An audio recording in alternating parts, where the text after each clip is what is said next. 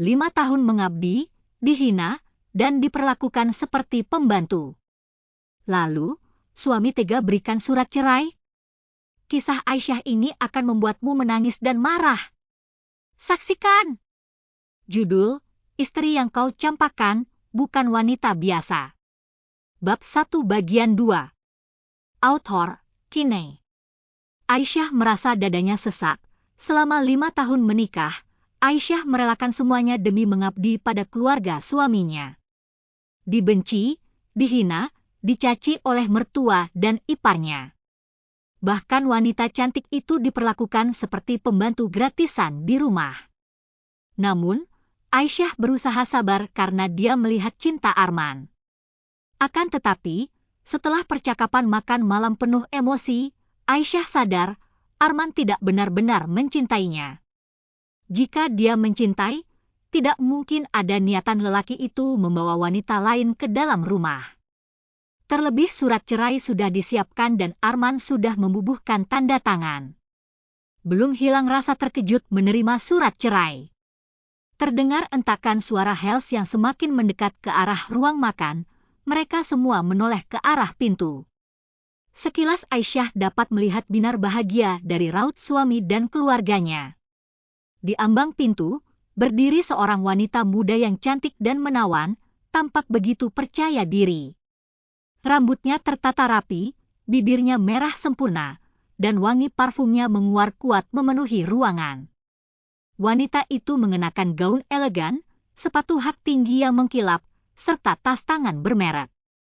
Ia tampak berbeda dari apa yang biasa Aisyah bayangkan, terlalu sempurna untuk berada di rumah yang selama ini penuh dengan kekecewaan dan penghinaan.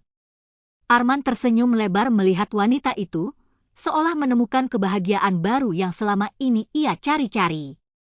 Aisyah, kenalkan ini. Farah, katanya, tanpa sedikit pun rasa bersalah di wajahnya.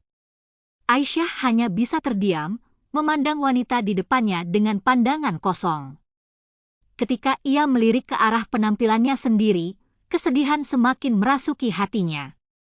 Ia mengenakan baju rumah yang kusam, sisa noda masakan yang tak bisa hilang, apron usang yang sudah robek di beberapa bagian, dan rambutnya hanya disanggul seadanya. Tubuhnya masih tercium aroma bawang dan minyak bau yang sehari-hari melekat padanya karena pekerjaan rumah tangga yang tak pernah henti ia kerjakan. Farah meliriknya sekilas, senyum mengejek muncul di wajahnya. Ia tahu betul peran Aisyah di rumah ini, dan ia tampak menikmati kenyataan bahwa kini ia akan menggantikannya. Bu Ratna yang berdiri di samping Arman tampak puas. Nah, Aisyah. Lihat, wanita ini adalah masa depan keluarga kami. Seseorang yang bisa memberikan keturunan untuk Arman, tidak seperti kamu, ujarnya tanpa rasa iba.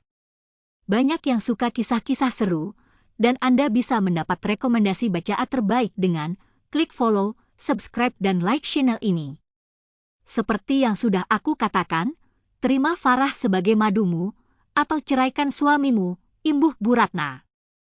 Sepertinya mereka memang telah menyiapkan sebelumnya. Aisyah membatin dengan menahan sejuta rasa sakit yang seolah menjadi satu. Aisyah terdiam, pandangannya tertuju pada pena yang diulurkan oleh Bu Ratna. Dengan napas gemetar, Aisyah mengambil pena itu. Seketika, tangannya berhenti tepat di atas kertas. Kenangan 5 tahun yang penuh air mata, pengorbanan, dan usaha demi membahagiakan keluarga ini terlintas di benaknya.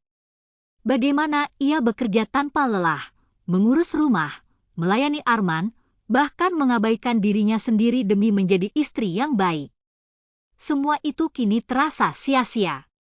Aku akan tanda tangan, suara Aisyah terdengar lirih namun tegas, tapi aku ingin kalian tahu, aku bukan wanita lemah yang akan terus kalian injak-injak.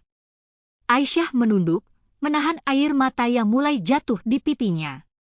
Dengan tangan yang masih gemetar, ia akhirnya menuliskan tanda tangannya di atas surat cerai itu. Selesai. Semua sudah berakhir. Bu Ratna tersenyum puas. Ia meraih surat itu, memastikan tanda tangan Aisyah sudah lengkap, lalu menyimpannya di dalam tasnya. Bagus. Sekarang, tinggalkan rumah ini. Baiklah, kata Aisyah dengan suara yang mulai mantap.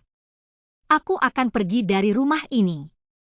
Aku yakin dia akan menjadi gelandangan setelah bercerai, ejek mantan iparnya, Rina. Tawa riang dari dalam itu terdengar tumpang tindih dengan retaknya hati Aisyah yang melangkah keluar rumah tanpa membawa apa-apa kecuali ponsel yang dia miliki sebelum menikah. Aku tidak akan memaafkan kalian semua. Wanita itu menggerutu. Setelah berjalan cukup jauh, Aisyah lalu menghubungi nomor tanpa nama di ponselnya. Aku sudah bercerai, jemput aku. Selang tidak lama, mobil hitam beriringan memasuki kawasan perkampungan tersebut. Orang-orang berjas hitam turun lalu menundukkan kepala seolah memberi penghormatan. Dan Aisyah dibawa masuk ke salah satu mobil.